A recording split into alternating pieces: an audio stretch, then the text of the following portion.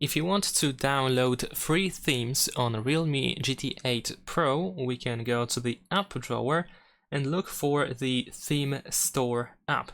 It is pre-installed, and once you actually also log into a Realme account, or if you create a Realme account, then over here we should be able to switch to themes, for example, and we should be able to try to find many different themes that we can use pretty much for free on our phone. We can also go to category in order to try to find something different, essentially. So let's say we're gonna choose cartoon over here, and as you can see, we have many different examples. And in my case, let's say that I like this one over here, this theme. We have a preview, of course, of how the theme looks like. If you like it, you can just tap on apply button in here in order to download the theme. And once it is downloaded, you should also be able to use the apply button in case you actually need to. There we go. That's pretty much it. Subscribe to my channel.